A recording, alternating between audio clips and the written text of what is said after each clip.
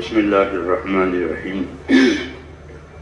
الحمد لله نحمده ونستعينه ونستغفره ونؤمن به ونتوكل عليه ونعوذ بالله من شرور أنفسنا ومن سيئات أعمالنا من يهده الله فلا مضل له ومن يضلله فلا هادي له ونشهد أن لا إله إلا الله وحده لا شريك له ونشهد أن سيدنا ومولانا محمدا عبده ورسوله صلى الله تعالى عليه وعلى آله وصحبه وبارك وسلم تسليما كثيرا أما بعد فأعوذ بالله من الشيطان الرجيم. بسم الله الرحمن الرحيم.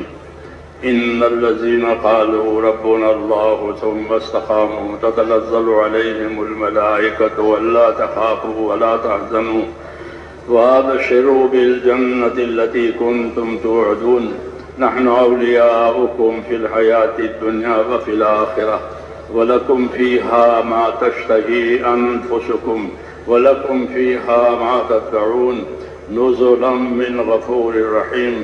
ومن أحسن قولا ممن دعا إلى الله وعمل صالحا وقال إنني من المسلمين.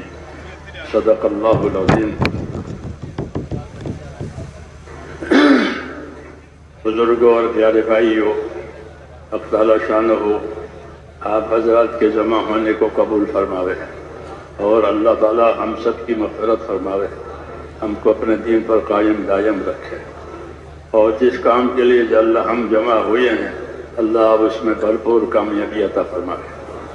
سارا مسئلہ جو ہے وہ اللہ تعالیٰ کے ہاتھ میں ہے، کسی کے ہاتھ میں کچھ نہیں ہے۔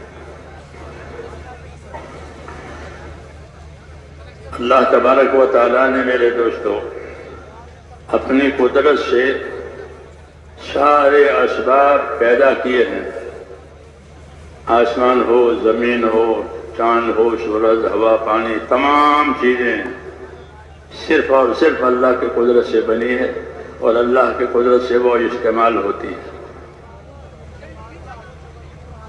دوسری چیز کہ اللہ تعالیٰ نے اپنی نعمتیں اپنے بندوں کے لیے عام کر دی ہے، گویا بندے اس کے نعمتوں میں ڈھکے ہوئے ہیں۔ یہ معاملہ اللہ تعالیٰ کا ہے۔ وَأَسْبَغَ عَلَيْكُمْ نِعَمَهُ، کہ اپنی نعمتوں سے اللہ نے تمہیں ڈھانپ دیا۔ کائنات کو بھی اپنے قدرت سے پیدا کیا ہے اور نعمتوں کو بھی ہماری طرف متوجہ کیا ہے۔ ان دونوں باتوں کی وجہ سے اللہ کا یہ حق ہے کہ صرف اللہ کی مانی جائے اور اللہ کو راضی کیا جائے اور اللہ کے حکم پر اپنی جان مال لگائے جائے۔ رسول اللہ صلی اللہ علیہ وسلم یہ پیغام دے رہے ہیں ہم کو کہ ان الدنیا خلقت لکم، کہ دنیا کو اللہ نے تمہارے لیے پیدا کر دیا ہے۔ حدیث کا یہ ٹکڑا بشارت ہے، خوشخبری ہے بنی آدم کے لیے، انسانوں کے لیے، کہ ان الدنیا خلقت لکم، دنیا کو اللہ نے تمہارے لیے پیدا کر دیا ہے۔ چنانچہ دنیا کے تمام اسباب انسانوں کے لیے پیدا ہوئے ہیں، ان سے فائدہ اٹھایا جاتا ہے مختلف طریقے سے، بعض چیزوں سے بالواسطہ، بعض چیزوں سے بالواسطہ، بعض چیزوں سے بلا واسطہ فائدہ اٹھایا جاتا ہے، کام لیا جاتا ہے۔ تو دنیا کی ساری چیزیں تمہارے لیے پیدا کی ہے، اور پیدا ہی نہیں کی بلکہ اس کو تمہارے کام میں لگایا ہے۔ کہا وَسَخَّرَ لَكُم مَّا فِي الْأَرْضِ جَمِيعًا، ایک آیت میں یوں ہے، زمین کی تمام چیزوں کو تمہارے کام میں لگایا ہے، خدمت میں لگایا ہے۔ اور ایک آیت میں ہے کہ آسمان زمین کی چیزوں کو تمہارے کام میں لگایا ہے۔ یہ انعامات بتائے جا رہے ہیں، چونکہ آدمی جاہل پیدا ہوا ہے۔ ہاں، وہ جاہل پیدا ہوا ہے، اسے کچھ خبر نہیں ہے۔ اللہ تعالیٰ نے اس کو جاننے کے، سمجھنے کے سب اسباب دیے، ورنہ اسے کچھ خبر نہیں ہے۔ زمین اور آسمان کی چیزوں کو اپنی قدرت سے تمہارے کام میں لگایا ہے۔ وَسَخَّرَ لَكُم مَّا فِي الْأَرْضِ جَمِيعًا وَسَخَّرَ لَكُم مَّا فِي السَّمَاوَاتِ وَالْأَرْضِ، ان تمام چیزوں کو تمہارے کام میں لگایا ہے۔ تمہاری ضرورتیں اس سے پوری ہوتی ہے، تمہیں اس سے راحتیں ملتی ہیں، تمہارے کام بنتے ہیں۔ بعضوں کا بلا واسطہ، بعضوں کا بال واسطہ ہمارے کام بنتے ہیں کہ اللہ تعالیٰ نے ان چیزوں کو ہمارے کام میں لگایا ہے۔ تسخیر کہتے ہیں اس کو۔ انسان اور جنات کے سوا جتنی مخلوق ہے وہ ہمارے کام کے لیے ہے، قدرت سمجھانے کے لیے ہے، آخرت کی طرف متوجہ کرنے کے لیے ہے کہ ان سے ہمارے کام بنتے ہیں۔ اگر اللہ چاہے تو ان چیزوں سے ہمارے کام نہ بننے دے بلکہ ہلاک کر دے۔ یوں فرمایا کہ ہم نے سمندروں کو تمہارے کام میں لگایا ہے۔ وَسَخَّرَ لَكُم مَّا، کہ ہم نے سمندر کو تمہارے کام میں لگایا۔ وَسَخَّرَ لَكُمُ الْبَحْرَ، سمندر کو تمہارے کام میں لگایا۔ سمندر کو جا کر کے دیکھیں کہ کتنی بڑی مخلوق ہے سمندر۔ جب پانی کا جہاز اندر جاتا ہے گودی پر سے تو پتہ چلتا ہے کہ دنیا پانی پانی ہے، ساری چیزیں اوجھل ہو جاتی ہے۔ پہلے جماعتیں پانی کے راستے سے جایا کرتی تھی، 50-60 سال پہلے کی بات کرتا ہوں۔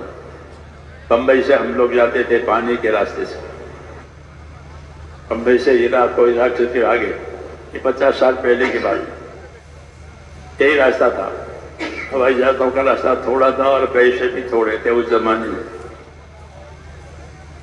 سمندر میں جاتے ہیں تو پتہ چلتا ہے کتنی بڑی مخلوق ہے سمندر اور کتنا پانی ہے۔ یہ پانی ہی پانی نظر آتا اور کچھ دنیا نظر نہیں آتی، نہ جہاز، نہ پہاڑ، نہ کچھ۔ اس سمندر کے بارے میں یہ فرمایا کہ ہم نے سمندر کو تمہارے کام میں لگایا ہے۔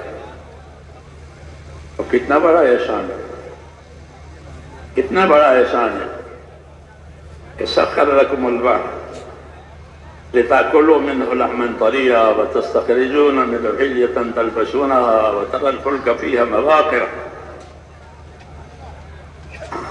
کہ ہم نے سمندر کو تمہارے کام میں لگایا ہے۔ تم دیکھتے ہوں گے کہ تمہارے جہاز پانی کو چیرتے ہوئے جاتے ہیں۔ ترى الفلك فيه مواخر، پانی کے جہاز ہوں یا بادبانی کے جہاز ہوں یا چھوٹی کشتی ہو، اس کی رفتار ایسے ہوتی ہے کہ وہ پانی کو چیرتی ہوئی جاتی ہے، ڈوبتی نہیں ہے، پانی کو چیرتی ہوئی، جیسے سڑک پر گاڑیاں رینگتی ہوئی جاتی ہے، پانی کو چیرتے ہوئی جاتی ہے، تو دور دور تک جاتی ہے، اس ملک سے اس ملک پر۔ کہ سمندر کو تمہارے کام میں لگایا ہے، تمہاری خدمت میں ہے یہ، تم اس میں اپنے جہاز چلاتے ہو پانی کو پھاڑ کر کے، اور سمندر سے ادنا اور اعلیٰ چیزیں حاصل کرتے ہو۔ اعلیٰ چیز کہ سمندر سے موتی نکلتے ہیں، قیمتی چیز نکلتی ہے، وہ سمندر میں پیدا ہوتا ہے۔ موتی کی پیداوار سمندر میں ہے، یہ بھی بڑی قدرت ہے کہ موتی کو پانی سے پیدا کیا ہے، سمندر میں موتی کو پانی سے پیدا کیا۔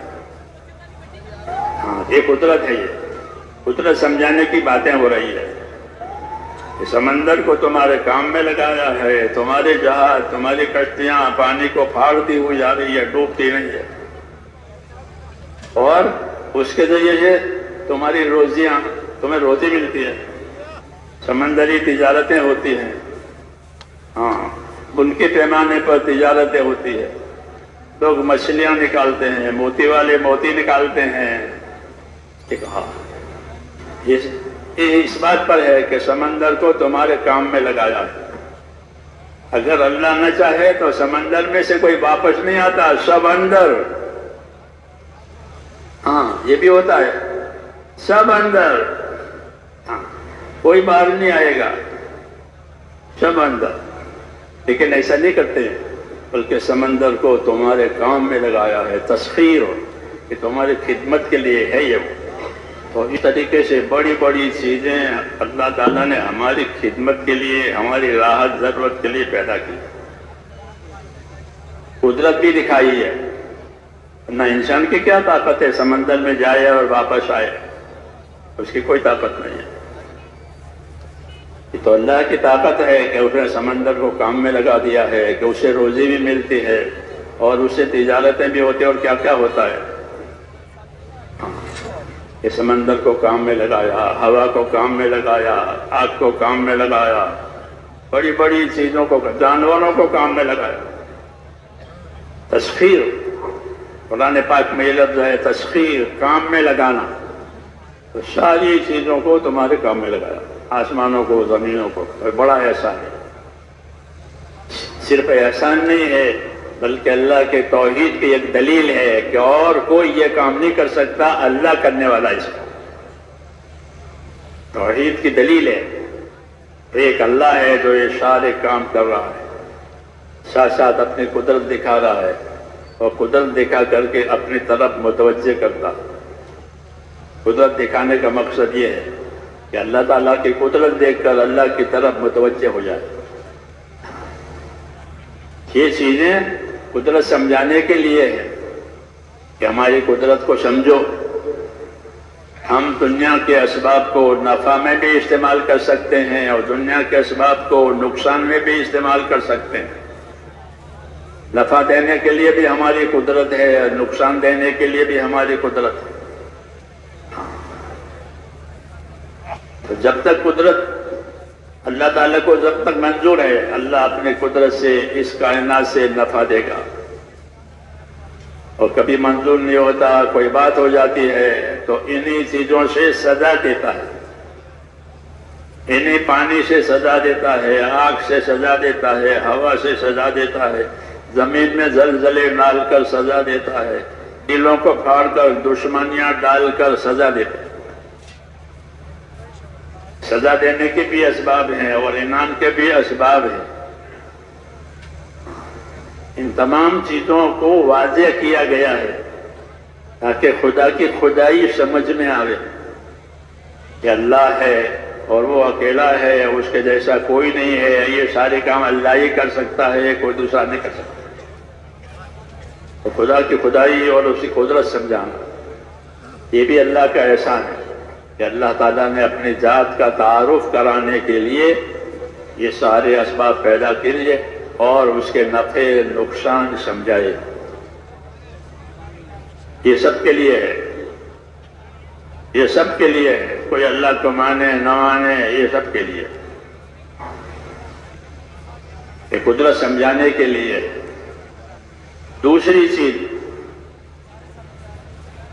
قدرت سمجھانا کہ کیوں سمجھانا کہ اللہ کو اللہ مانے، اللہ کو اللہ جانے، وہی ایک ہے، اس کے سوا اور کوئی نہیں ہے، وہی پیدا کرتا ہے، نفع کی اور نقصان کی ساری شکلیں اس کی طرف سے ہوتی ہے، کسی کی طرف سے نہیں ہوتی۔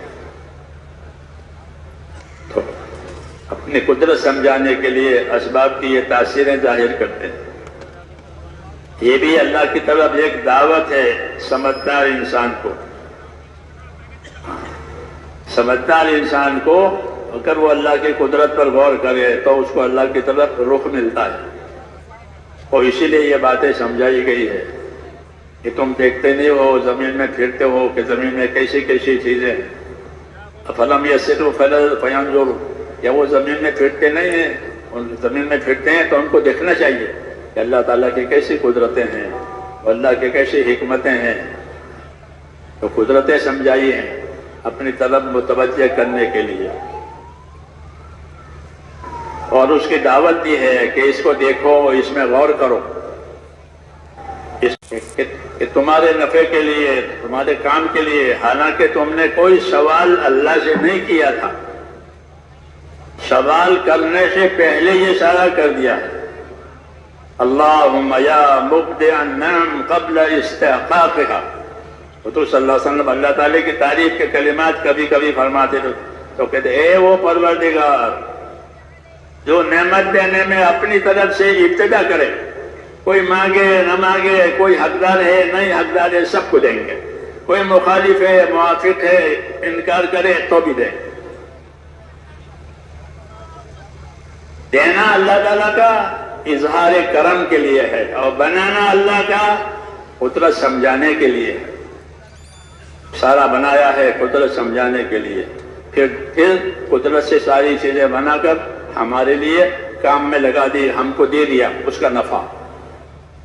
یہ اظہار کرم ہے کہ اللہ تعالیٰ اپنی مخلوق پیدا کر کے اپنا کرم ظاہر کرنا، اپنا کرم ظاہر کرتے ہیں، اپنی بخشش ظاہر کرتے ہیں، اپنی مہربانیاں ظاہر کرتے ہیں۔ من نہ کردم خلقتا سودے کنم بلکہ تابر بندگاں جودے کنم۔ ایک بزرگ یہ کہہ رہے ہیں اللہ کے بارے میں کہ اللہ یہ کہہ رہا ہے کہ من نہ کردم خلقتا سودے کنم بلکہ تابر بندگاں جودے کنم۔ میں نے مخلوق اس لیے نہیں بنائی ہے کہ اس سے میں اپنا ذاتی فائدہ حاصل کروں۔ جیسے کاریگر جو چیزیں بناتے ہیں وہ اپنے فائدے کے لیے بناتے ہیں۔ ہر کاریگر جو چیز بنائے گا اپنے فائدے کے لیے بنائے گا۔ کمار برتن بنائے گا مٹی کے، وہ اپنے فائدے کے لیے، ہاں مٹی کے برتن بنا رہا، اس کا کوئی میٹیریل نہیں ہوا لیکن وہ بنا رہا ہے اپنے فائدے کے لیے۔ ہر کاریگر اپنی کاریگری اپنے نفع کے لیے استعمال کرتا ہے۔ درجے سیتا ہے اپنے لیے۔ یہاں ایک اللہ ہے، بے نیاز ہے، کریم ہے کہ وہ کرتا ہے بندوں کے لیے۔ یہ امتیاز ہے اللہ کی ذات کا کہ من نہ کردم خلقتا سودے کنم بلکہ تابر بندگاں جودے کنم۔ یہ بزرگ کہہ رہے ہیں کہ اللہ یہ کہہ رہا ہے کہ میں نے یہ ساری چیزیں بنائی ہیں میرے ذاتی فائدے کے لیے نہیں۔ اللہ تو اپنی کبریائی کے ساتھ، اللہ اپنی بڑائی کے ساتھ، اللہ اپنی قدرت کے ساتھ جیسے پہلے تھے ویسے ہیں اور ویسے رہیں گے۔ کوئی چیز اللہ پر اثر نہیں ڈالے گی، وہ اپنی شان بان کے ساتھ ویسے ہی ہے۔ یہ جو کچھ ہوگا تو کہتے ہیں اپنے بندوں پر، اپنی مخلوق پر کرم کرنے کے لیے، کہ مخلوق پر کرم کرنا ہے، مخلوق پر بخشش کرنی ہے، مخلوق پر عنایات اپنی متوجہ کرنی ہے۔ کتنا بڑا احسان ہے کہ اسباب بھی پیدا کیے اور اسباب کے اثرات کو، اسباب کے نفع کو اپنی مخلوق کی طرف متوجہ کیا کہ فائدہ اٹھاؤ۔ اور اس میں دوست دشمن نہیں دیکھا جاتا، کون اللہ کا دشمن ہے کون اللہ کا ولی ہے۔ دشمن بھی آوے وہ بھی کھائے، دوست بھی آوے وہ بھی کھائے۔ زمین کو دسترخوان بنایا ہے۔ زمین کو کیا بنایا؟ دسترخوان بنایا، بہت کشادہ دسترخوان ہے۔ دوست بھی آوے دشمن بھی آوے۔ قدیم زمین سفرائے عام اوست، چھ دشمن بری خان ہے نغمہ سے دوست۔ یہ زمین کا دسترخوان ہے، عام ہے، دشمن آوے دوست آوے، اپنا آوے پرایا آوے، خدا کو گالی دینے والا آوے وہ بھی کھاؤ، کھاؤ، سب کے لیے تمہارے لیے بنایا ہے۔ عام احسان اس کو، امتنان عام، عام احسان اللہ تعالیٰ کے، چیزیں بھی پیدا کی ہے اور احسانات بھی عام کر دیے ہیں، دشمن اور دوست کی تفریق کے بغیر۔ کیوں کہ اللہ تعالیٰ پروردگار ہے، پالنے والا ہے، تو ان کی پرورش کے لیے اور ان کی پرورش کی ترقی کے لیے جو جو اسباب ضروری تھے وہ سب بنا دیے۔ پرورش کے لیے، اور صرف پرورش نہیں، پرورش کر کے ترقی کے لیے جو جو اسباب ضروری تھے وہ سب دے دیے، اور اپنے نعمتوں سے اپنے بندوں کو ڈھانپ دیا۔ یہ اللہ کا بڑا انعام ہے کہ اللہ تعالیٰ نے ہمارے اوپر نعمتوں کو پھیلایا، ہمارا استقبال نعمتوں سے کیا ہے۔ پیدا ہوتے ہی نعمتیں شروع ہو جاتی ہیں، پیدا ہوتے ہی نعمتیں شروع ہو جاتی، بچہ پیدا ہوا نہیں کہ نعمت شروع ہوئی نہیں۔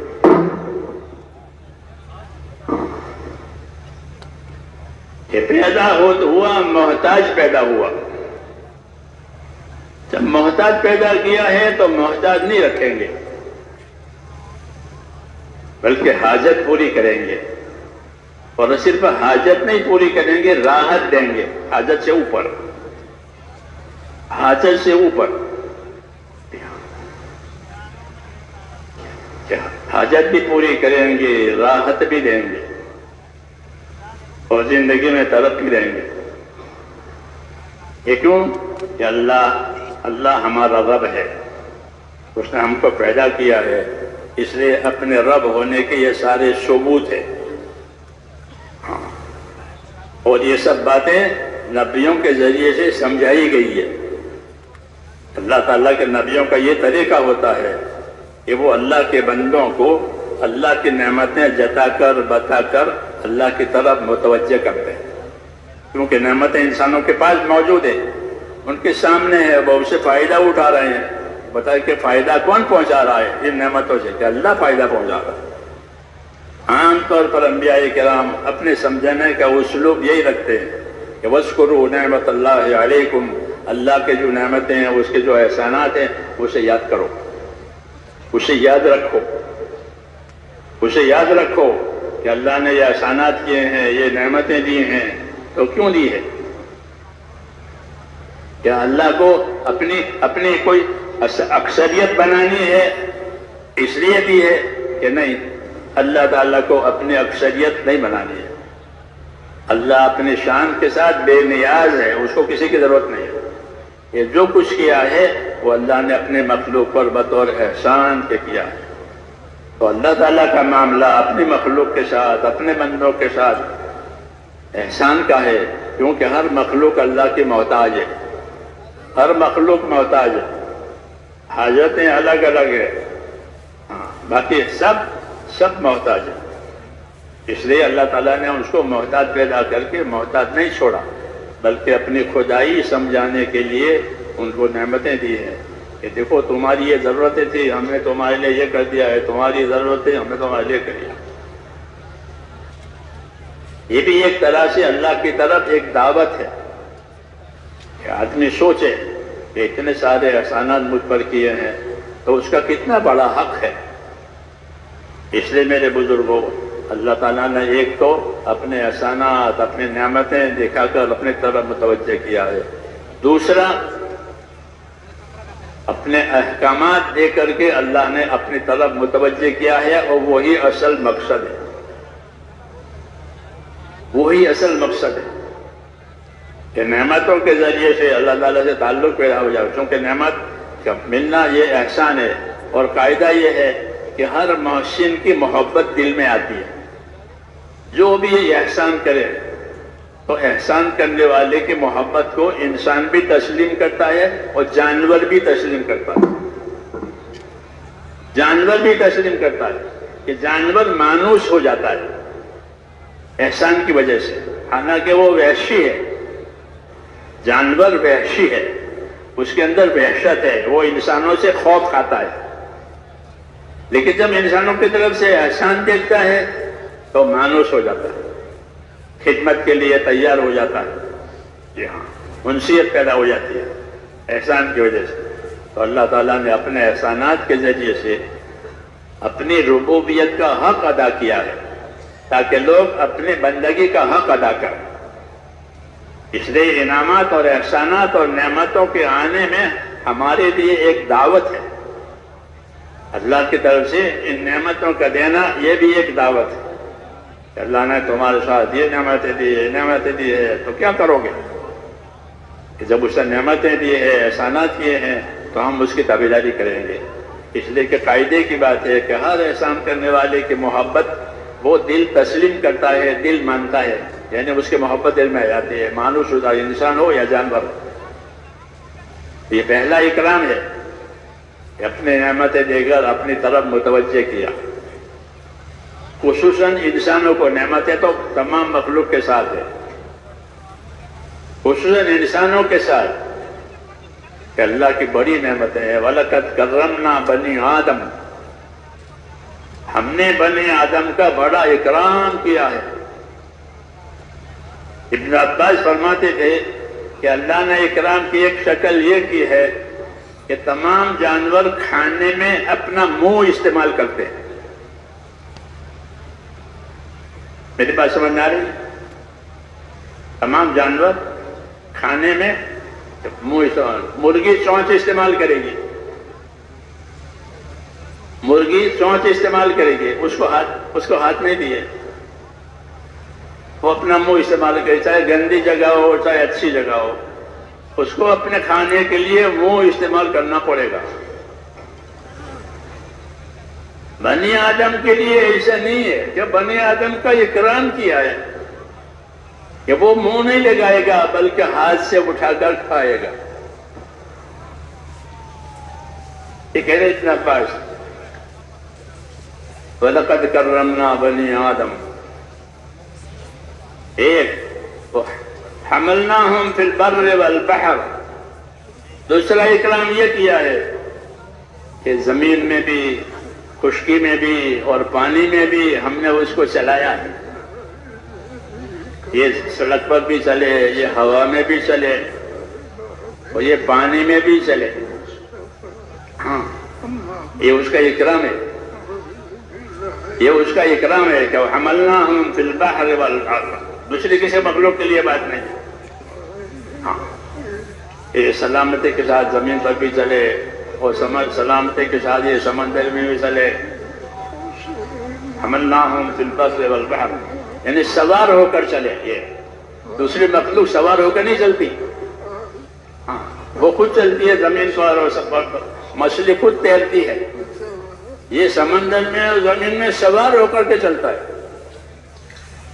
ہاں، ایک مرتبہ دیا ہے، اس نے کہا وَلَقَدْ كَرَّمْنَا بَنِي آدم وَحَمَلْنَاهُمْ فِي الْبَرِّ وَالْبَحْرِ، اور ہم نے اس کو اٹھائے رکھا ہے، خشکی میں بھی اور سمندروں میں بھی، کہ سوار ہو کر جاتا ہے، گاڑیوں میں جاتا ہے، جانوروں پر جاتا ہے، سڑک پر۔ ہاں، بڑے بڑے لوگ پہلے زمانے میں ہاتھیوں پر سوار ہوتے تھے۔ ہاں، راجہ مہاراجہ بادشاہ یہ لوگ کہ ہاتھی باقاعدہ بکتے تھے۔ یہ تو میں آخر تک زمانے تک تھا ہندوستان میں ہمارے، جی ہاں، انگریزوں کے زمانے میں ہاتھی بیچے جاتے تھے، ہاتھی خریدے جاتے تھے، کیونکہ دوسرا کوئی بڑا جانور تھا نہیں، کوئی دوسری سی مشینیں بھی نہیں تھی۔ ہم نے ان کو سوار کیا ہے، خشکی میں بھی اور سمندر میں بھی، ایک چیز پر سوار ہو کر کے یہ جاتا ہے، پانی ہوتا ہو خشک، حملناہم فی البر والبحر۔ اور تیسری چیز اکرام میں وَرَزَقْنَاهُم مِّنَ الطَّيِّبَاتِ، اور کھانے کے لیے، رزق کے لیے انہیں پاک صاف چیزیں دیں۔ اکرام بنی آدم کا کہ کھانے پینے کے لیے پاک صاف، جو پانی آسمان سے آئے گا وہ پاک ہوگا، ماء مبارک، کہ ہم نے آسمان سے مبارک پانی اتارا، مبارک یعنی کثیر المنفعت، ایسا پانی اتارا ہے جس میں بہت نفع ہے، ایسا پانی اتارا اکرام میں۔ یہاں مائے مبارک پانی آسمانوں سے اتارا، ساری انسانیت نہیں بلکہ تمام زمین کی مخلوق کی حیات کا ذریعہ ہے، یہ قدرت ہے اللہ تعالیٰ کی۔ آدم کے اولاد کا ہم نے اکرام کیا ہے، ان کو خشکی میں سمندروں میں سوار کر کے چلایا ہے، اور روزی کا مسئلہ آیا تو حلال پاک پاک چیزیں کھانے کے لیے دیے کہ اللہ تعالیٰ کھانے کے لیے استعمال کے لیے پاک چیزیں ہی دیتا ہے، ناپاک چیز اللہ نہیں دیتا، کوئی خبیث چیز اللہ نہیں دیتا جس میں خباثت اور گندگی ہو۔ یہ الگ بات ہے کہ آدمی اپنا خود اپنی طرف سے گندی چیزوں کو استعمال کرے، وہ الگ بات ہے، ورنہ اللہ کوئی گندی چیز کھانے کے لیے نہیں دے گا، پینے کے لیے نہیں دے گا، کوئی ناپاک چیز نہیں دے گا۔ رزقناہم من الطیبات، ہم نے تم کو روزی میں استعمال کرنے کے لیے پاک پاک چیزیں دی، طیب پاک چیز، اس کی ابتدا بھی پاک، اس کی انتہا بھی پاک، سیاق اور سباق سب پاک، ایسی پاک پاک چیزیں ہم نے کھانے کے لیے دی ہیں، کوئی خبیث چیز ان کو نہیں دی ہے۔ یہ بنی آدم کا اکرام ہے، تمام مخلوق میں سب سے زیادہ اکرام کہتے ہیں انسانوں کا ہے۔ یہ اکرام تو نعمتوں سے ہوا ہے۔ یہ اکرام کس سے ہوا؟ ایک اکرام یہ نعمتوں سے ہوا، اللہ کے برتاؤ سے ہوا۔ دوسرا اکرام جو اللہ کی طرف سے ہوتا ہے کہتے ہیں وہ ایمان اور احکام سے ہمارا اکرام کیا ہے، ایمان سے ہمارا اکرام کیا ہے کہ اللہ تعالیٰ نے نبیوں کو زمین پر بھیج کر کے ایمان کا سلسلہ جاری کیا ہے۔ ہر نبی ایمان کی بات لے کر آیا، لا الہ الا اللہ، اس سے بڑا کوئی اکرام نہیں ہے، اس سے بڑا کوئی اکرام نہیں کہ ایمان نصیب کیا نبیوں کے ذریعے سے، کائنات کے ذریعے سے تو یہ ساری نعمتیں دی، اس سے اونچا اکرام کیا کیا کہ ہم کو اللہ تعالیٰ نے ایمان عطا فرمایا۔ لا الہ الا اللہ آدم شفیع اللہ، لا الہ الا اللہ نوح نجی اللہ، لا الہ الا اللہ ابراہیم خلیل اللہ، لا الہ الا اللہ اسماعیل ذبیح اللہ۔ ہاں، ہر نبی کے ساتھ یہ چیز، لا الہ الا اللہ، کوئی عبادت کے لائق نہیں، کوئی کام بنانے کے لائق نہیں، کوئی نفع نقصان کا مالک اور مختار نہیں سوائے اللہ۔ جو کچھ آسمان سے لے کر زمین پر ہوگا وہ اللہ کی طرف سے ہوگا اور کسی کی طرف سے نہیں۔ اللہ کی قدرت ہر چیز کو محیط ہے، گھیرے ہوئے ہے، اللہ کا علم بھی ہر چیز کو گھیرے ہوا ہے۔ اس اللہ کی طرف مائل کرنے کے لیے ہم کو اللہ تعالیٰ نے ایمان کا کلمہ دیا ہے، لا الہ الا اللہ، یہ سب سے بڑا اکرام ہے کہ ایمان کا لباس پہنا دیا نبیوں کے ذریعے سے۔ ایک اللہ ہے، اسی کی عبادت کی جائے گی، اسی سے مدد لی جائے گی، اسی کی اطاعت کی جائے گی، اور کسی کی عبادت نہیں ہے۔ رسول اللہ صلی اللہ علیہ وسلم نے حضرت معاذ بن جبل سے پوچھا کہ معاذ آپ کو معلوم ہے اللہ کا کیا حق ہے؟ نبی بتا دے گا اتنی بڑی نعمتیں دینے والے کا کیا حق ہے؟ کہ معاذ آپ کو معلوم ہے کہ اللہ کا کیا حق ہے؟ حضرت کیا مجھے نہیں معلوم، مجھے نہیں معلوم۔ فرمایا اللہ کا حق یہ ہے کہ اسی کی عبادت کی جائے گی، اس کے ساتھ کسی کو شریک نہیں کیا جائے گا۔ لا الہ الا اللہ، ایک ہی اللہ ہے، وہی سب کچھ کرنے دھرنے والا ہے، حالات کو بھی وہی بناتا ہے، نتائج کو بھی وہی پیدا کرتا ہے، جی ہاں، کیفیت کو بھی وہی پیدا کرے، جی ہاں، کمیت کو بھی وہی پیدا کرے، کسی کی تعداد گھٹاوے کسی کی تعداد بڑھاوے، یہ سارا نظام صرف اللہ کے ہاتھ میں اور اس کے ہاتھ میں نہیں۔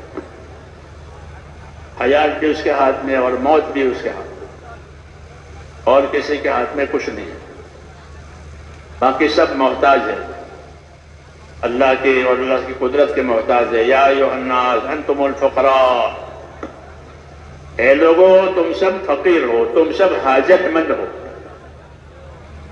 ہر مخلوق حاجت مند ہے، سب سے پہلے تو اپنے وجود میں حاجت مند ہے. اگر اللہ اس کو وجود نہ دیتا تو یہ وجود میں نہ آتی. آسمان ہو زمین ہو، اپنے موجود ہونے میں وہ اللہ کے محتاج ہے. نفع دینے میں نقصان دینے میں بھی اللہ کے محتاج ہے. اللہ چاہیں گے تو وہ چیز نفع دے گی، اللہ نہیں چاہیں گے تو نہیں دے گی.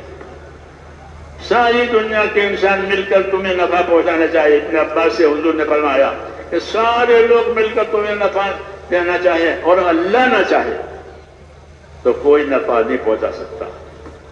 ساری دنیا مل کر تمہیں نقصان پہنچانا چاہے اور اللہ نہ چاہے تو کوئی نقصان نہیں پہنچا سکتا. یہ قاعدے کی بات کہی. اور قاعدے کی بات فرما کر پھر رہبری کی آپ نے اذا استعنت فاستعن باللہ. جب یہ بات ہے تو جب تجھ کو مدد کی ضرورت پڑے اپنے اللہ سے مدد مانگ، اور جب تجھ کو حفاظت کی ضرورت پڑے تو اللہ سے حفاظت مانگ. کیوں کہ سارا مسئلہ صرف اللہ تعالیٰ کے ہاتھ میں ہے اور کسی کے ہاتھ میں نہیں.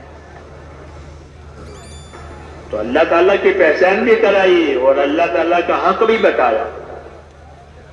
یہی دعوت ہوتی ہے کہ اپنے اللہ کو پہچانے اور اپنے اللہ کا حق ادا کرے.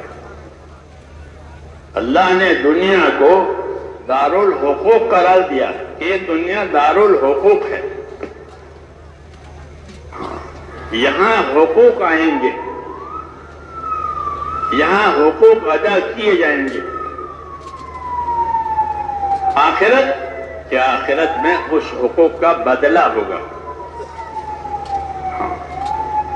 آخرت میں حقوق ادا کرنے کا موقع نہیں ہے. وہ بدلہ چکانے کی جگہ اللہ نے بنائی ہے آخرت کو، اور کام کرنے کی جگہ اللہ نے اس دنیا کو بنایا کہ یہاں عمل ہوگا، یہاں کام ہوگا، یہاں حقوق آئیں گے، یہاں ذمہ داریاں آئے گی، یہاں ذمہ داریاں پوری کی جائے گی، یہاں حقوق ادا کیے جائیں گے، ہاں صحیح طریقے سے ادا کیے جائیں گے. اور آخرت کہ آخرت جو ہے وہ بطور بدلہ کے ملے. آخرت کی دو صفت ہے، آخرت کی دو بنیادی صفت ہے. ایک صفت آخرت کی یہ ہے کہ وہ بدلہ ہے، جو دنیا سے کر کے گیا ہے اس کا بدلہ ہے تو وہ بطور بدلہ کے دی جائے گی. دوسری صفت آخرت کی یہ ہے کہ اس کو بقا ہے، یعنی آخرت ایک باقی رہنے والی چیز ہے، وہاں فنا نہیں ہے. دنیا میں یہ بات نہیں ہے کہ دنیا باقی رہنے والی نہیں ہے، کیونکہ یہ عمل کی جگہ ہے. عمل کی جگہ تھوڑی ہوتی ہے. آپ دفتروں میں کام کرتے ہیں تو گھنٹے ہوتے ہیں، اتنے گھنٹے کام کرنا. لوگ فیکٹریوں میں کام کرتے ہیں کہ اتنے گھنٹے کام کرنا، اتنی ڈیوٹی ہے، پھر چھٹی. سارا وقت ڈیوٹی میں نہیں ہو سکتا، تھوڑا ہوتا ہے. تو عمل کے لیے ہے، اس لیے اس کا وقت تھوڑا، اس کا فائدہ تھوڑا، اس کا نقصان تھوڑا، سب چیز تھوڑی، سب چیز تھوڑی. تھوڑی یعنی آخرت کے مقابلے میں تھوڑی. کیونکہ آخرت وہ ایسے جیسے سمندر کے سمندر ہوں اور دنیا ایسی سے قطرہ ہو. یہ بتایا کہ دنیا قطرے کی طرح اور آخرت سمندروں کی طرح. اس لیے حضور صلی اللہ علیہ وسلم نے یہ رہبری کی ہے کہ جب دنیا قطرے کی طرح ہے اور آخرت سمندروں کی طرح ہے تو سمجھدار وہ ہے جو دنیا سے آخرت بنائے، دنیا سے آخرت بنائے، کہ فنا ہونے والی چیز سے باقی رہنے والی چیز بنائی. جیسے کاریگر ہوتا ہے وہ ادنا چیز سے اعلیٰ چیز بناتا ہے، وہ کاریگر کہلاتا ہے. وہ خالق نہیں ہوتا، پیدا کرنے والا نہیں ہوتا، وہ کاریگر ہی ہے. تو میں نے کہا کہ کمار ہے، مٹی سے مٹکا بنا دیا تو 100 150 200 روپے کا ہو جاتا ہے. وہ اس میں اس کی کاریگری لگی ہے اور کچھ نہیں لگا، باقی گارا پانی ہے اور کچھ نہیں ہے. کوئی مال میٹیریل اس میں نہیں ہے، اس کی کاریگری لگی ہے. اس کاریگری کی اس کو قیمت ملتی ہے. ایک عمل ہے، اس عمل کی وجہ سے وہ قیمت وصول کرتا ہے. تو دنیا کو اللہ نے دار العمل بتایا کہ اپنی حاجتوں کے لیے بھی عمل کرنا پڑے گا اور مقصد زندگی کے لیے بھی عمل کرنا پڑے گا. دونوں باتوں کے لیے عمل کیے جائیں گے. اپنے حاجت کے لیے بھی عمل کیا جائے گا. کھیتی کریں گے, نوکری کریں گے, مزدوری کریں گے, کیونکہ دار العمل ہے. اپنی حاجت کے لیے بھی کام کرو. اللہ نے روزی کے اسباب پھیلا دیے اور حاجتیں ڈالی ہے. حاجتیں ڈالی ہے. اگر اللہ حاجت نہ ڈالتے تو روزی کے اسباب نہ بنتے. اللہ تعالیٰ روزی اس طرح نہیں کبھی راشن کارڈ لاؤ اور اناج لے جاؤ جیسے ہوتا ہے, کیسے نہیں ہے. حاجتیں ڈالی ہے اور اسباب پیدا کیے. تو حاجتوں کی وجہ سے اسباب ایک جگہ سے دوسری جگہ منتقل ہوتے ہیں. رزاقیت اللہ کی ثابت ہوتی ہے کہ اللہ رزاق ہے. مثال کے طور پر کہ مجھے بال کٹوانے کی ضرورت ہے اور نائی کو پیسے کی ضرورت ہے. نائی کو پیسے کی ضرورت ہے اور مجھے بال کٹوانے کی ضرورت ہے. یہ قرآن شریف کہہ رہا ہے کہ میں اس طرح روزی دیتا ہوں کہ بعض کی حاجتوں کو بعض کے ساتھ کر دیا تو مجھے بال کٹوانے کی ضرورت ہے اور نائی کو پیسے کی ضرورت ہے. تو نائی بال کاٹے گا اور میں پیسے دوں گا. ایک ہے کہ بعض کو بعض کی طرف پابند کر دیا. رزق کی راہیں کھولی, حاجتیں بھی دے دی اور رزق کے دروازے بھی کھول دیے. ہاں, یہ اللہ کی قدرت ہے کہ حاجتیں پیدا کر کے روزیوں کا نظام بنایا. وجعل بعضهم بعضا سخریا, کہ بعض کو بعض کا محتاج بنایا تاکہ روزی کا سلسلہ چلے. ورنہ اگر حاجتیں نہ ہوتی تو روزی کا سلسلہ نہ ہوتا. تو اللہ تعالیٰ راشن نہیں بانٹتا. اللہ راشن نہیں بانٹتا. جیسے دنیا میں راشن بانٹے جاتے ہیں, غریبوں کو مفت دیا جاتا ہے اور دوسرے لوگوں کو سستے داموں میں سے دیا جاتا ہے. ایسا نہیں کیا, بلکہ اپنی قدرت سے حاجتوں کا ایسا انتظام کیا ہے کہ ایک دوسرے روزی کا ذریعہ بن رہے ہیں اور اللہ کی رزاقیت ظاہر ہو رہی ہے. دونوں کو روزی ملتی ہے کیونکہ روزی کا ذمہ اپنے لیے اللہ نے اپنے ذمے لی ہے روزی. تو یہ تو سب میرے دوستوں پرورش کا نظام ہے اللہ تعالیٰ کا کہ ہم کو پالیں گے وہ. اس سے آگے یہ ہے کہ اللہ تعالیٰ نے ہم پر اپنا حق بھی رکھا ہے. جس طرح نعمتیں دی ہیں, ہم پر اللہ کا حق ہے. کہ اللہ کا کیا حق ہے؟ اللہ کا کیا حق ہے؟ رسول صلی اللہ علیہ وسلم نے حضرت معاذ بن جبل سے پوچھا, یا معاذ اتدری ما حق اللہ, اے معاذ آپ کو معلوم ہے اللہ کا کیا حق ہے؟ کہ نہ مجھے نہیں معلوم. ہاں بتائیں. کہ اللہ کا حق یہ ہے کہ اسی کی عبادت کی جائے گی, اس کے ساتھ کسی کو شریک نہیں کیا جائے گا. تو دوسرے الفاظ میں اللہ کا حق یہ ہے کہ اللہ پر ایمان لائے, اللہ کو اللہ مانے جیسے وہ اپنے شان صفات کے ساتھ ہے, اور اپنی زندگی میں اس کے حکموں کی تابعداری کرے. یہ اللہ کا حق ہے. تو نعمتیں بھی بتائی ہیں اور حق بھی بتایا. حق اس لیے بتایا کہ دنیا کو اللہ تعالیٰ نے دار الحقوق قرار دیا اور آخرت کو دار الاجور بنایا ہے کہ یہاں وسائل کی جگہ ہے اور وسائل مقاصد کے لیے ہوتے ہیں. جتنے وسائل ہیں وہ مقصد کے لیے ہوتے ہیں. اس لیے اللہ تعالیٰ نے ایک تو زندگی کا مقصد قرار دیا ہے, باقی ساری دنیا کی چیزوں کو اس کا اسباب اور وسائل بنائے. ہاں, جس طرح دوسروں اپنا حصہ مت بھول, کہ تو اپنا حصہ بھول جائے گا تو پھر تیرا حصہ کوئی نہیں دے گا. اس لیے کہا کہ وابتغی فیما آتاک اللہ دار الآخرہ, کہ تجھ کو اللہ نے جو کچھ دیا ہے اس سے تو اپنی آخرت بنا لے. تو گویا ایک مقصد زندگی ہے, وہ ہے دین, اللہ کی عبادت اور اللہ کی اطاعت آخرت بنانے کے لیے. اور دنیا کے سارے اسباب اور وسائل کہ وہ اس کے لیے دیے گئے ہیں کہ دنیا سے آخرت بنائی جائے. یہی نبیوں کی دعوت ہوتی ہے. نبی دنیا چھوڑنے کو نہیں کہے گا کہ چھوڑو اور مسجد میں بیٹھ جاؤ, کہ کہ بلکہ دنیا کو اپنے آخرت کمانے کا ذریعہ بناؤ۔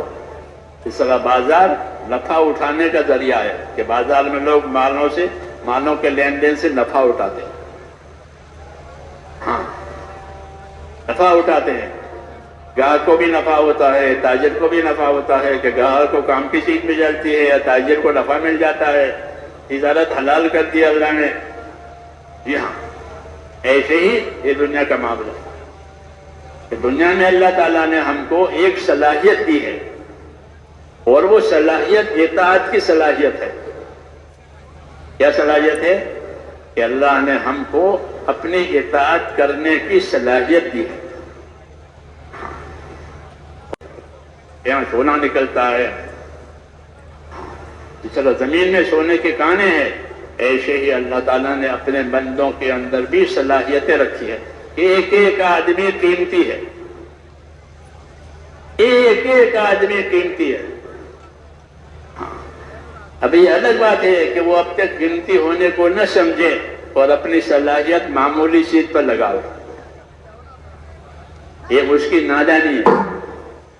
اس کو اپنی صلاحیت سمجھنی چاہیے اور اپنی صلاحیت کو ٹھکانے پر لگانے چاہیے، ہاں، تاکہ وہ دنیا کی خیر بھی کماوے اور آخرت کی خیر بھی کماوے۔ آدمی میں یہ صلاحیت ہے، چونکہ وہ اکیلا نہیں کر سکتا تھا، اس لیے اللہ تعالیٰ نے نبیوں کو بھیجا ہے تاکہ صلاحیتوں والوں کو رہبری کرے کہ اپنی صلاحیتیں کہاں لگاؤ گے۔ ایک تو آدمی اپنی صلاحیت دنیا کی زینت پر لگا لے۔ اللہ نے دنیا کو دو چیزیں دی ہیں اور فرمایا وَمَا أُوتِيتُم مِّن شَيْءٍ فَمَتَاعُ الْحَيَاةِ الدُّنْيَا وَزِينَتُهَا، جو تمہارے پاس ہے دنیا، اس کے دو پہلو ہیں۔ ایک پہلو اس کا یہ ہے کہ وہ متاع ہے، یعنی گزارے کا سامان ہے۔ دنیا گزارے کا سامان، اصلاً یہ گزارے کا سامان ہے۔ دنیا کیا ہے کہ گزارے کا، مثلا جوتا پہن لیا کیوں بھائی کہ پاؤں کی حفاظت ہو، یہ گزارا۔ روٹی پانی کھا لیا، یہ گزارا ہو گیا۔ مکان بن گیا، سایہ ہو گیا، یہ گزارا۔ تو اصلاً دنیا گزارے کا سامان ہے، کیونکہ یہاں ہمیشہ رہنا نہیں ہے، یہاں ہمیشہ رہنا نہیں ہے، یہ طے ہے کہ یہاں کوئی نہیں رہے گا۔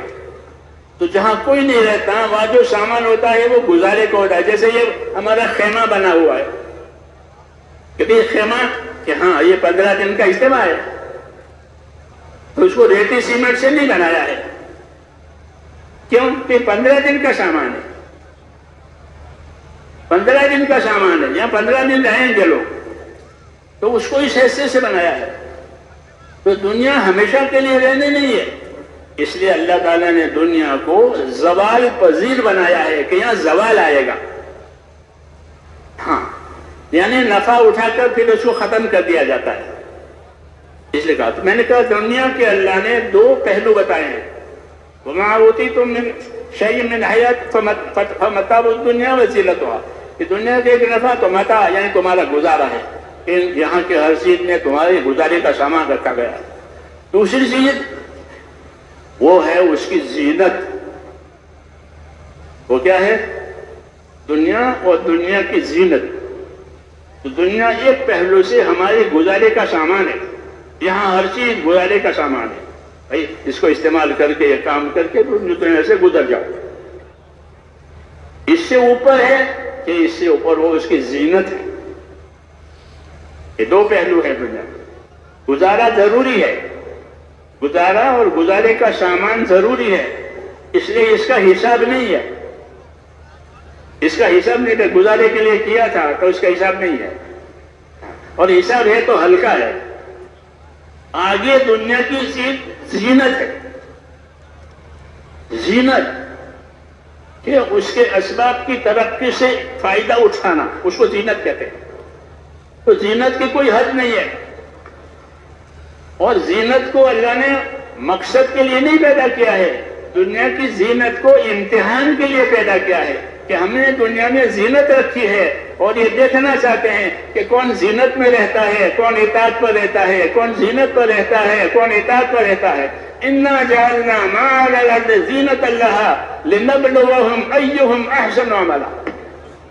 یہ کہا کہ ہم نے دنیا کی چیزوں میں زینت رکھی ہے. ہاں، زینت جو آدمی کی طبیعت کو کھینچتی ہے. ہر چیز کی زینت الگ الگ ہے. ہر چیز میں زینت ہے. جوتوں میں زینت رکھی ہے. جوتے $800 کے چپل ایک مرتبہ کے چپل کتنے کے؟ $800 کے. بتائیے تو $800 کے چپل وہ پاؤں کے تلوے کے نیچے تو حلال میں اس کا رہنا ہی ہے. $800 کے ہوں 8,000 کے ہوں، اس کا نفع تو اتنا ہے کہ وہ پاؤں کے تلوے کے نیچے رہے گا اور گرمی سے اور گندگی سے پاؤں کو بچائے گا. یہ اس کا فائدہ ہے. اب اس کا $800 ہونا یہ اس کی زینت ہے. زینت پر سوال ہوگا. وہ زینت کو ترک کرتے ہیں. اگر زینت میں اطاعت نہیں تب تو خیر ہے، ورنہ مشکل ہوگی. تو دنیا کا متاع ہونا یہ تو اس کے گزارے کے لیے ضروری ہے. وہ دین کے لیے اور آخرت کاموں کے لیے مفید بنتی ہے. اور زینت امتحان کے لیے ہے. اس لیے امتحان میں پاس ہونے کے لیے بھی صلاحیت چاہیے. تو امتحان میں پاس ہونے کے لیے اللہ نے دنیا کے اسباب کے ساتھ ہم کو اپنے احکام دیے ہیں. جیسے دنیا کے اسباب دیے ہیں ضرورت کے بھی زینت کے بھی، ایسے ہی اللہ تعالیٰ نے ہم کو احکام دیے ہیں کہ وہ احکام، بعض احکام ضروری درجے کے ہیں اور بعض احکام جو ہیں بڑے بڑے فضائل دلانے والے ہیں. جیسے دنیا کی زینت کی بڑی بڑی چیزیں ہیں، ایسے اعمال بھی بڑے بڑے فضائل دلانے والے اعمال ہیں. دونوں قسم کے اعمال دیے ہیں. ہاں، ضروری اعمال اور ضرورت فضائل کے اعمال. جیسے ضرورت کی چیزیں اور زینت کی چیزیں بالکل تقابل ہے. دین کو سمجھنے کی ضرورت ہے. دین کو سمجھنے کی ضرورت ہے کہ اس میں تقابل پیدا کیا ہے اللہ تعالیٰ نے. جب دنیا کے اسباب میں ایک معمولی اسباب اور اعلیٰ تر اسباب، ایسے دنیا میں بھی کہ عزیمت پر عمل کرو، رخصت پر عمل کرو. یہ چیز ٹھیک ہے، کرے، جائز ہے.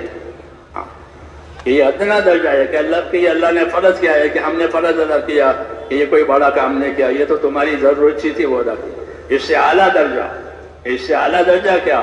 اس سے اعلیٰ درجہ کہ فضائل کماؤ، اللہ سے انعامات اور اکرامات اپنے عمل کے ذریعے سے حاصل کرو، اپنی قربانیوں کے ذریعے سے اللہ سے قریب ہو جاؤ. جیسے دنیا کی زینت کی چیزیں ہیں ایسے یہاں فضائل ہیں، ترقی کی چیزیں ہیں. تو اللہ نے دین میں بھی دونوں چیزیں دی. ایک ضرورت ہے، مثلا فرض کی کہ نماز ہوئی، روزہ ہوا، زکوٰۃ ہوئی، حج ہوئی، ایمان، یہ تو فرض کے درجے میں. اس کے بغیر تو چارہ ہی نہیں ہے. یہ اس میں ترقی پیدا کرے، ایمان میں ترقی پیدا کرے کہ ایمان کی محنت سے، ایمان کی دعوت سے، ایمان کی باتوں سے ایمان میں ترقی ہوگی. اللہ سے تعلق پیدا ہو جائے گا. جب ایمان کے راستے سے اللہ تعالیٰ کی نعمتوں کو اور قدرت کو سوچے گا تو قدرت سوچنے کی وجہ سے عظمت پیدا ہوگی، اور اللہ کے انعامات سوچنے کی وجہ سے اللہ کی محبت پیدا ہوگی.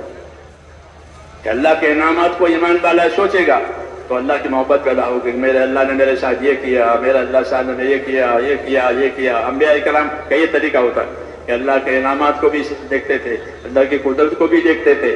ہاں، تاکہ قدرت سے اللہ کی عظمت سمجھ میں آ جائے کہ اللہ اتنا بڑا ہے، اور اس کے انعامات کی وجہ سے اللہ کی محبت پیدا ہو جائے کہ اللہ کی محبت کے بعد اللہ کی اطاعت آسان ہو جائے گی، کیونکہ اصل اطاعت ہے. وَمَا أَرْسَلْنَا مِن رَّسُولٍ إِلَّا لِيُطَاعَ بِإِذْنِ اللَّهِ. یہ کہا کہ وَمَا أَرْسَلْنَا مِن رَّسُولٍ إِلَّا لِيُطَاعَ بِإِذْنِ اللَّهِ، کہ ہم نے جب کبھی کوئی رسول بھیجا ہے تو اس لیے بھیجا ہے تاکہ اس رسول کے ذریعے سے زمین پر اللہ تعالیٰ کی اطاعت قائم کرائی جائے. کہ اللہ کی اطاعت کرنے، اللہ نے سارے اسباب، سارے انعامات دے کر ہم کو ممنون کیا ہے، ہم پر احسان کیا ہے. اور اصل مقصد زندگی اللہ تعالیٰ کی اطاعت پر آؤ. اطاعت کے لیے اللہ تعالیٰ نے ایمان دیا، اللہ کا تعلق دیا کہ اللہ سے تعلق پیدا کرو، ایمان کا، یقین کا، خوف کا، امید کا. خلاصہ کہ اللہ سے بندگی کا تعلق ہے. یہ خلاصہ ہے کہ اللہ سے ہمارا تعلق بندگی کا ہے کہ اللہ نے ہم کو اپنی بندگی کے لیے اور عبادت کے لیے پیدا کیا. وَمَا خَلَقْتُ الْجِنَّ وَالْإِنسَ إِلَّا لِيَعْبُدُونِ. میں نے انسانوں کو اور اس سے پہلے جناتوں کو جو پیدا کیا تھا تو وہ اس لیے پیدا کیا تھا تاکہ یہ سب کے سب میری عبادت کریں. تو یہ زندگی کا مقصد ہے کہ زندگی ایمان والی اور زندگی اللہ کی عبادت والی بنے. جس زندگی میں ایمان نہیں ہے تو وہ تو خسارہ ہی خسارہ ہے. تھوڑی دیر کی زینت ہے دنیا کی، پھر ہمیشہ کی دوزخ ہے، کیونکہ ایمان نہیں ہے. پھر ہمیشہ کے لیے دوزخ نہیں ہے. کچھ نہیں ہے.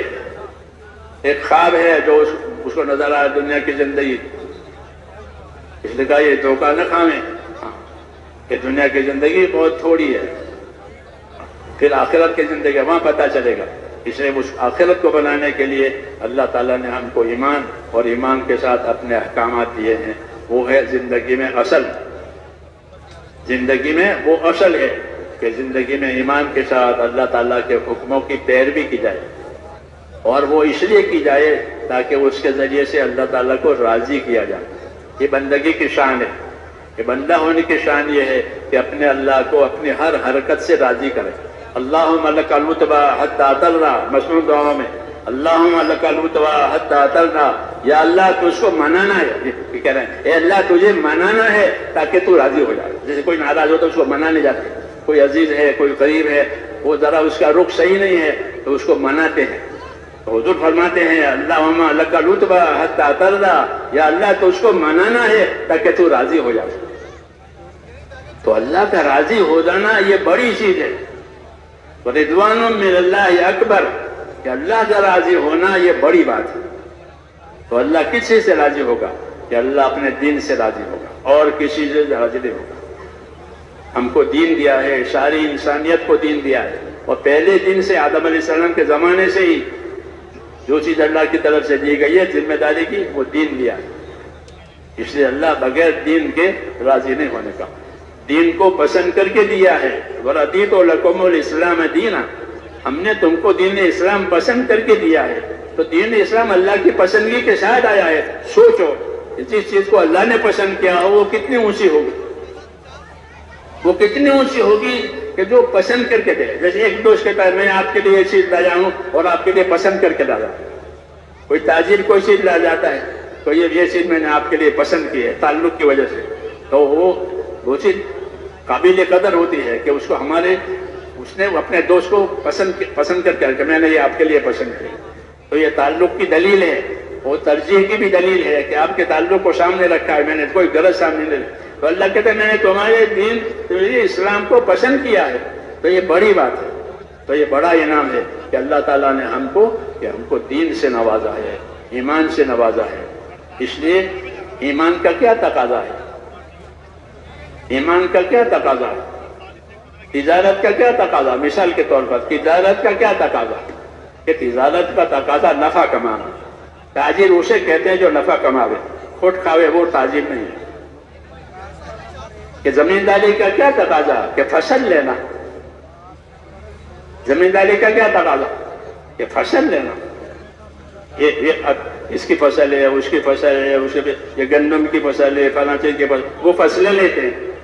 کہ زمینداری کا تقاضا فصل لینا. ایمان کا کیا تقاضا؟ ایمان کا تقاضا اطاعت کرنا. ایمان کا تقاضا ہے. ایمان دیا ہے اللہ نے کہ اطاعت کرو. یہ دعوت ہے کہ اللہ نے جس کو ایمان دیا ہے تو ایمان اس لیے دیا ہے کہ ایمان کا تقاضا اطاعت کے سوا اور کچھ نہیں. وَمَا أَرْسَلْنَا مِن رَسُولٍ إِلَّا لِيُطَاعَ بِإِذْنِ اللَّهِ، کہ ہم نے جب کبھی زمین میں کوئی رسول بھیجا ہے تو اس کا یہی تقاضا ہوتا ہے کہ اللہ کے بندے اس کی رہبری میں اللہ کی اطاعت کریں. تو گویا اطاعت یہ مقصد زندگی ہے کہ ہر حال میں یہ دیکھا جائے گا کہ اللہ کا کیا حکم ہے اور حکم کے پورا کرنے کا کیا طریقہ ہے. اطاعت کا یہ مقصد ہوتا ہے کہ ہر کام میں، ہر حاجت میں، دینی ہو دنیاوی ہو، یہ دیکھا جائے گا کہ اس میں اللہ کا کیا حکم ہے اور اس میں اس حکم کے پورا کرنے کا کیا طریقہ بتایا ہے. حکم کے طریقے یہ اطاعت کے ماں باپ ہیں. اس کے بغیر اطاعت نہیں ہوتی. جس کو حکم نہ معلوم ہو، جس کو طریقہ نہ معلوم ہو، کیا اطاعت کرے گا؟ وہ تو جہالت ہے. حکم نہیں معلوم ہے، طریقہ نہیں معلوم ہے، اس کو جہالت کہتے ہیں. جہالت کے ساتھ اللہ کا حق ادا نہیں ہوتا. جہالت جہنم میں لے جاتی ہے.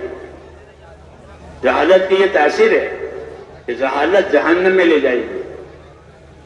ہم مدرسے میں پڑھتے تھے، فارسی کی کتابیں چھوٹی چھوٹی نصیحت کی ہوتی تھی، اس میں نصیحت تھی کہ سرانجام جاہل جہنم بود، کہ جاہل نے کو عاقبت کم بود، کہ جاہل کا انجام جہنم. کیوں کہ جاہل کے کاموں کا انجام اچھا نہیں ہوتا، وہ جانتا ہی نہیں ہے کہ کیا صحیح ہے کیا غلط ہے. لیکن میرے بھائیوں، جہالت کا کیا مفہوم ہے؟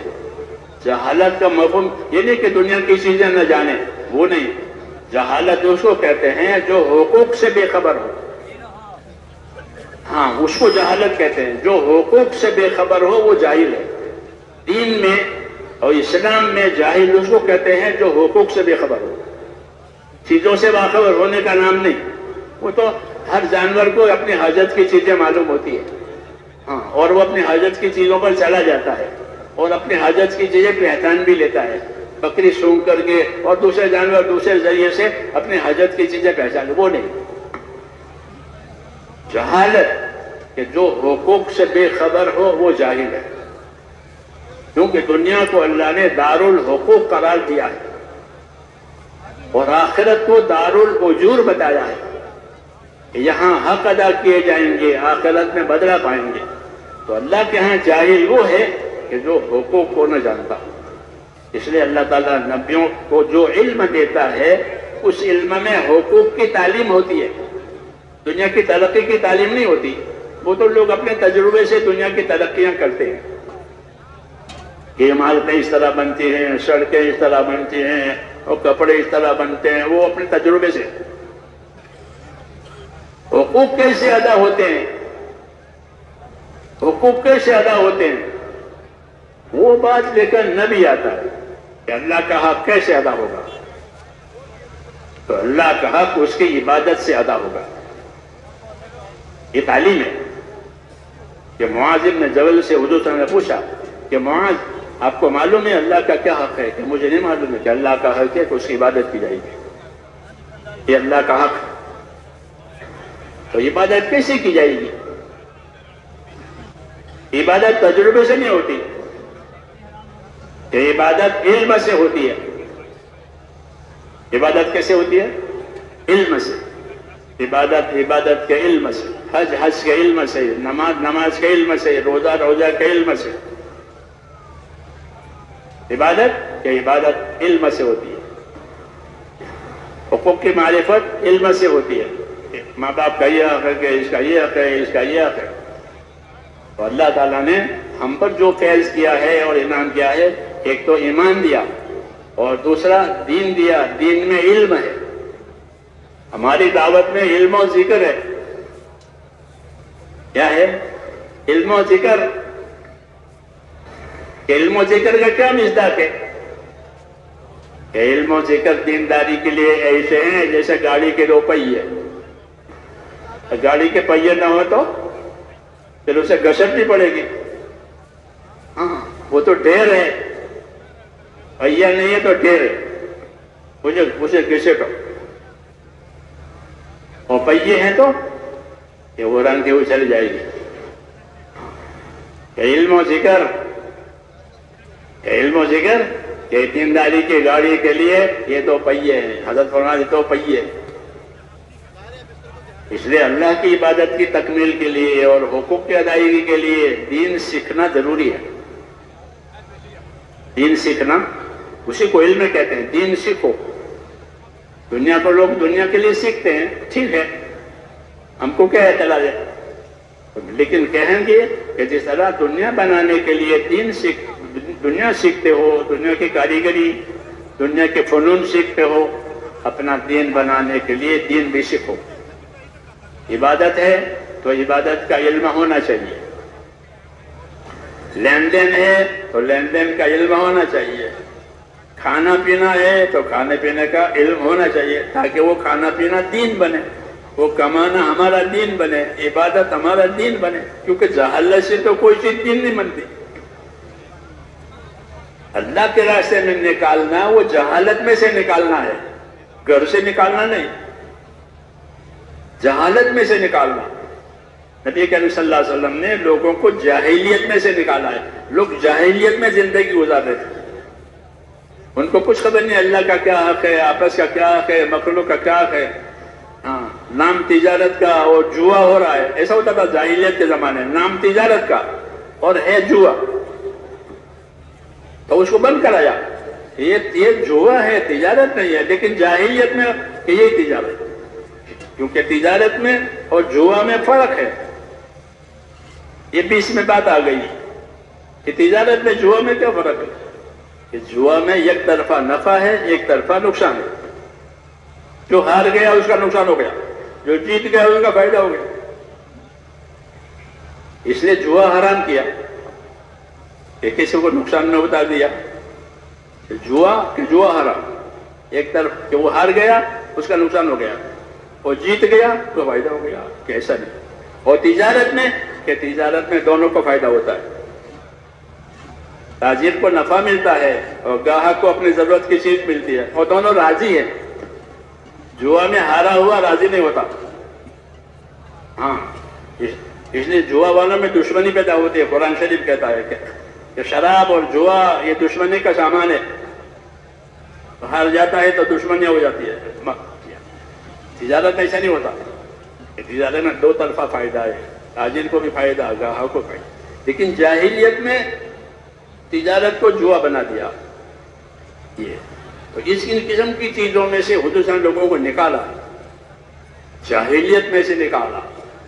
ایک طرفہ فائدہ، ایک طرفہ نقصان. کیوں؟ کہ آپ صلی اللہ علیہ وسلم کو جہالت کے مقابلے میں علم دیا گیا.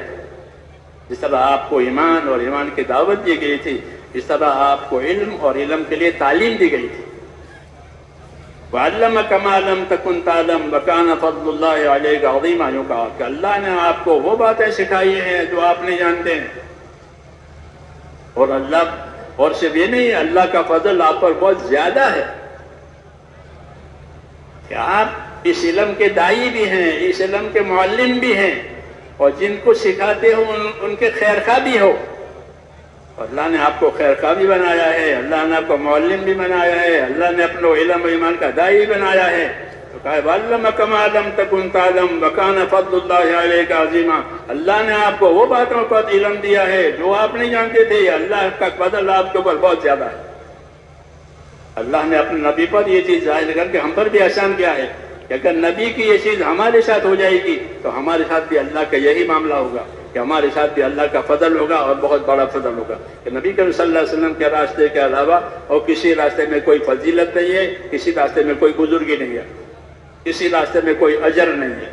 جو کچھ اجر ملے گا، فضیلت اور بزرگی ملے گی، وہ رسول صلی اللہ علیہ وسلم کے راستے سے ملے گی.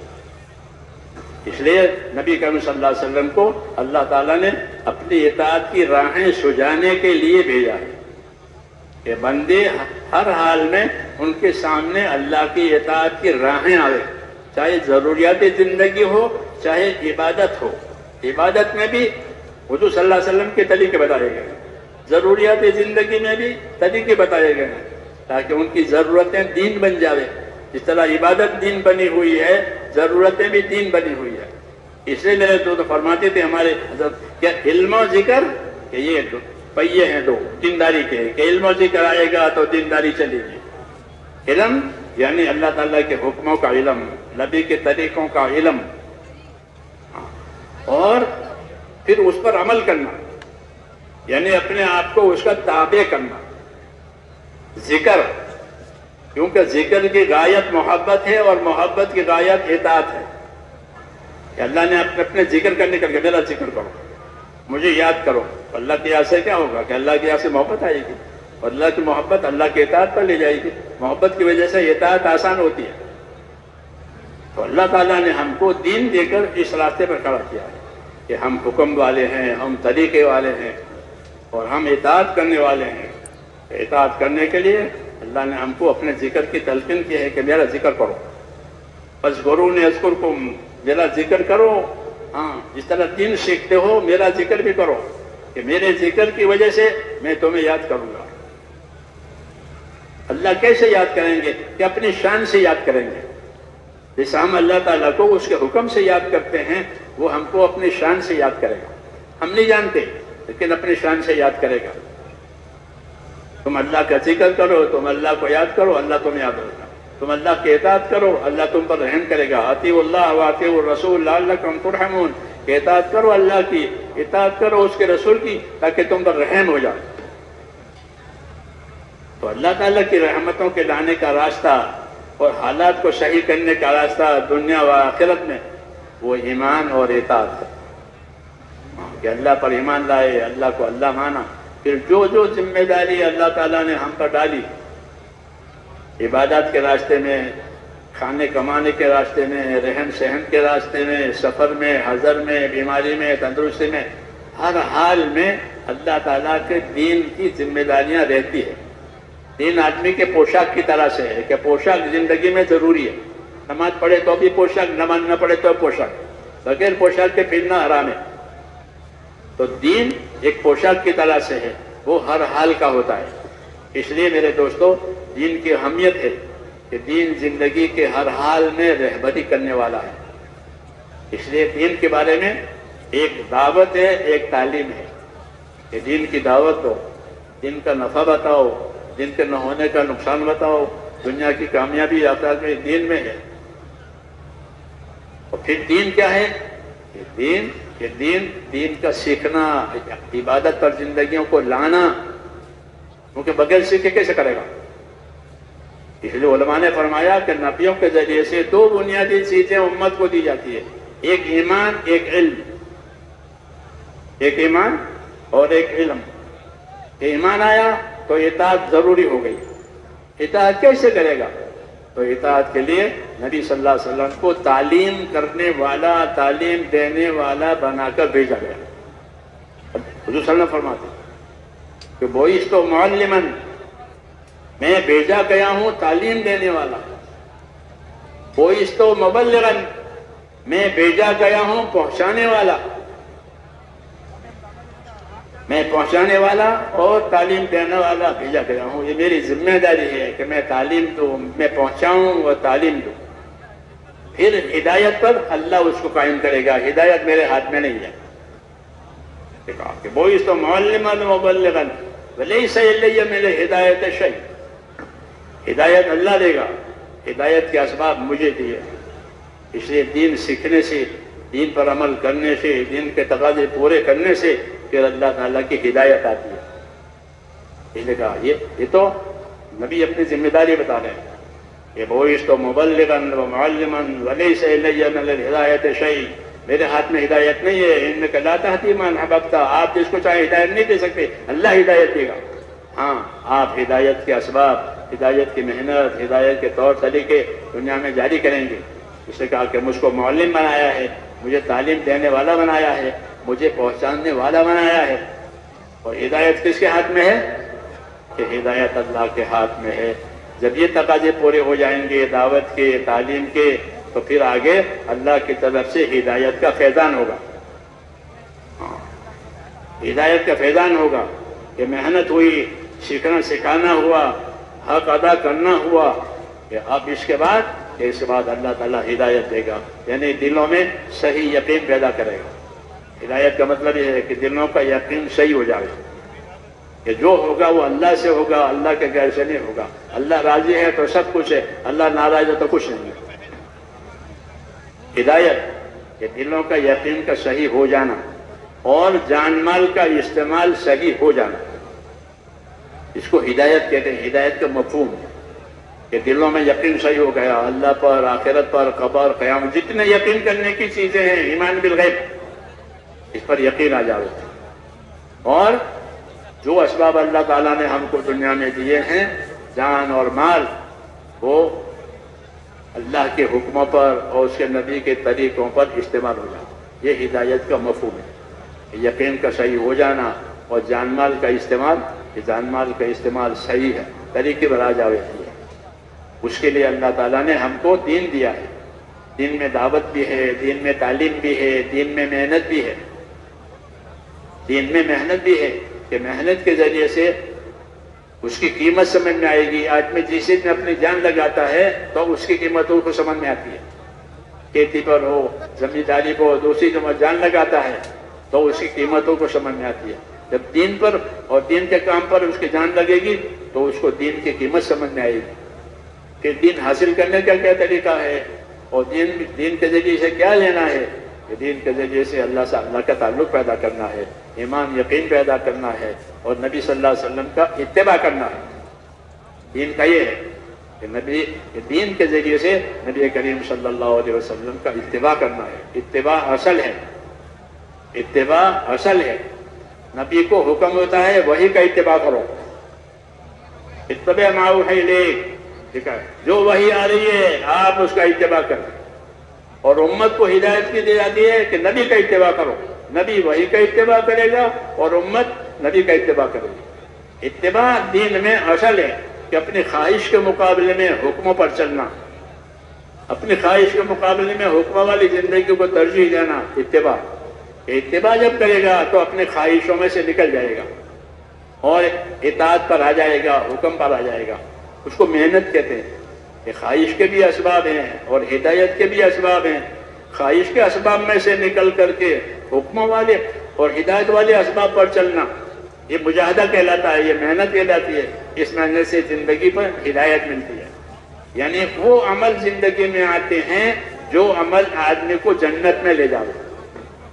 والذین جاہدوا فینا لنہدینہم سبلنا، کہ جو ہمارے راستوں کی محنتیں کریں گے ہم ان کو سبل کہ اپنے راستوں کی رہبری کریں گے.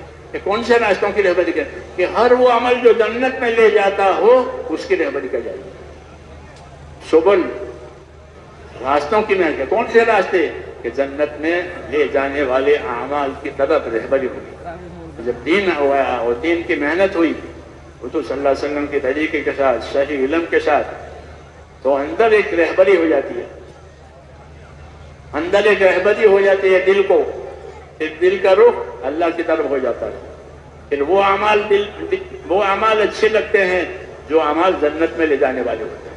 یہ بات نہیں ہوتی تو دل کا رخ دوسری طرف ہوتا ہے. تو وہ اعمال اچھے لگتے ہیں جو نفس کو اچھے لگتے ہیں. خواہشات، دنیا کی لذتیں، دنیا کے ہوس، یہ نفس کو اچھے لگتے ہیں. اللہ تعالیٰ نے دین کی محنت کے ذریعے سے امت کو نفسانیت میں سے نکال کر حق پر لایا ہے.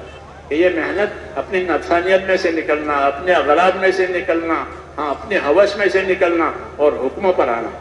اس محنت سے زندگی ہوس میں سے نکل کر حق پر آ جائے گی.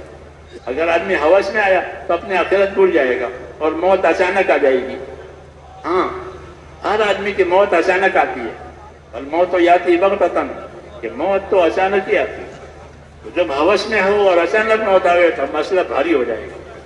اس نے کہا ہوس میں نہیں رہنا ہے بلکہ محنت کے ذریعے سے اپنے آپ کو اللہ کی طرف رجوع کرنا ہے.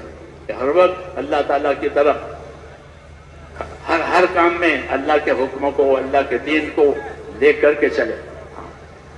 دلوں کا رخ اللہ کی طرف اور جان مال کا استعمال اللہ کی مرضی کے مطابق یہ کریں. اس کے لیے حضور صلی اللہ علیہ وسلم کو دین دیا اور دین کے کام دیے، دین کی محنتیں دی. کہ دین کے کام اور دین کی محنت کی وجہ سے زندگیوں کا رخ اللہ کی طرف ہوتا ہے. چنانچہ جب آدمی محنت میں چلتا ہے تو قدرتی طور پر اس محنت کے ذریعے سے رخ اللہ کی طرف، آخرت کی طرف بڑھتا ہے. اور یہی تبلیغ کا اصلی اثر ہے. کہ بھئی تبلیغ میں کیا ملا؟ کہ آخرت کا رخ ملا. جیسے رخ جماعتوں کے رخ ہوتے ہیں، اس رخ پر جماعت جائے گی، اس رخ پر جماعت جائے گی کام پورا کرنے کے لیے. کہ تبلیغ میں کیا ملے گا؟ کہ آخرت کا رخ ملے گا. کہ رخ آخرت کی طرح ہو گیا. اب دنیا سے آخرت بنانے کا حوصلہ پیدا ہو گیا. صحابہ کرام کہتے تھے کہ انما ہممنا الآخرہ ولیست ہممنا الدنیا. ہمارے عزائم آخرت بنانے کے ہیں. یہ کہتے تھے ہمارے عزائم آخرت بنانے کے ہیں، دنیا بنانے کے نہیں. دنیا گزارے کی جگہ ہے، وہ گزرے گی اور گزرے کے بغیر کریں گے، کھائیں گے، پئیں گے، کمائیں گے، شادی کریں گے. یہ گزارا ہے، اس کو گزارے کے بغیر کریں گے.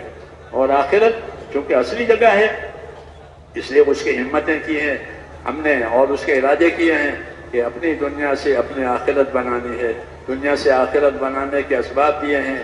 ایمان سے آخرت بنے گی، عبادت سے جو ہے وہ آخرت بنے گی، علم سے آخرت بنے گی، اللہ کے ذکر سے جتنی چیزیں ہیں نا یہ سب آخرت بنانے. دوسروں کے حقوق ادا کرنے سے، دوسروں پر احسان کرنے سے یہ آخرت بنے گی. اپنے نفس کو پاکیزہ بنا کر اغراض میں سے نکال کر اخلاص بنانے سے آخرت بنے گی. یہ آخرت بنانے کے اسباب دیے ہیں. یہ بڑا انعام ہے. یہ اللہ کا بڑا انعام ہے کہ ہم کو دنیا کے گزارے کے اسباب بھی دیے ہیں اور آخرت بنانے کے اسباب بھی دیے ہیں. اسے بڑا انعام ملا ہے.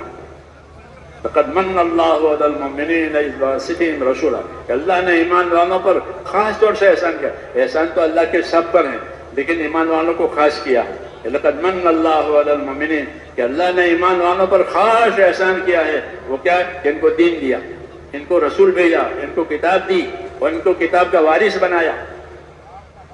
کتاب کا وارث بنایا. نبی صلی اللہ علیہ وسلم کا ان کو وارث بنایا.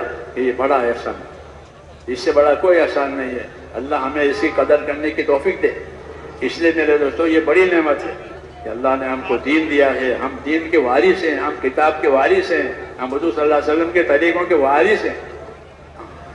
اس سے محروم رہے گا تو کیا ملے گا؟ کچھ نہیں ہے.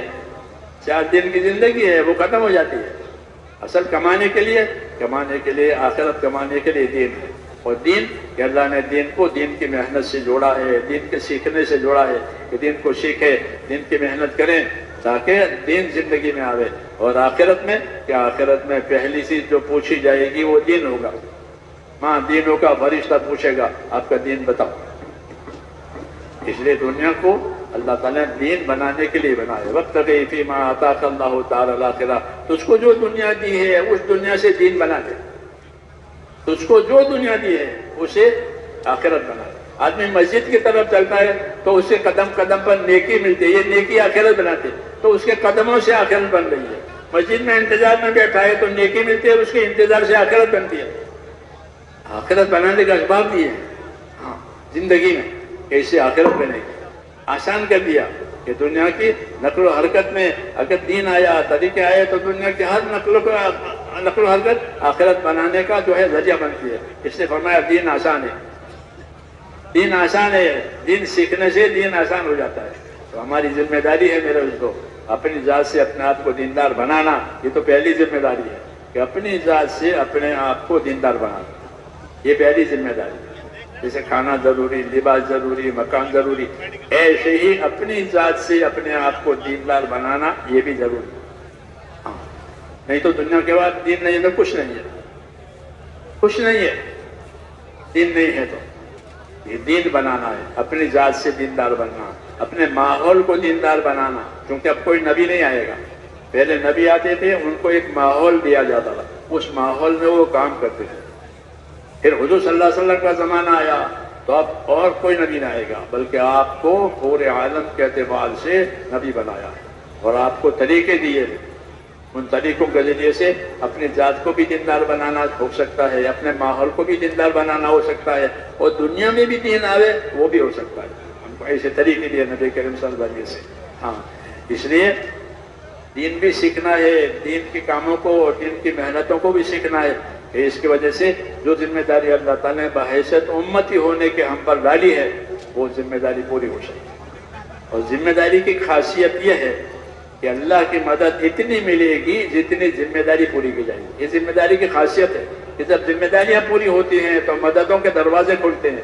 ذمہ داریاں نہیں پوری ہوتی تو مدد کے دروازے نہیں کھلتے. المعونۃ علی قدر المعونہ, المعونۃ علی قدر المعونہ کہ اللہ کی مدد, اللہ کی اعانت اتنی ہوگی جتنی ذمہ داری پوری کی جائے گی. اسے یہ بات کہی جاتی ہے کہ دنیا ذمہ داریوں کے پورا کرنے کی جگہ ہے.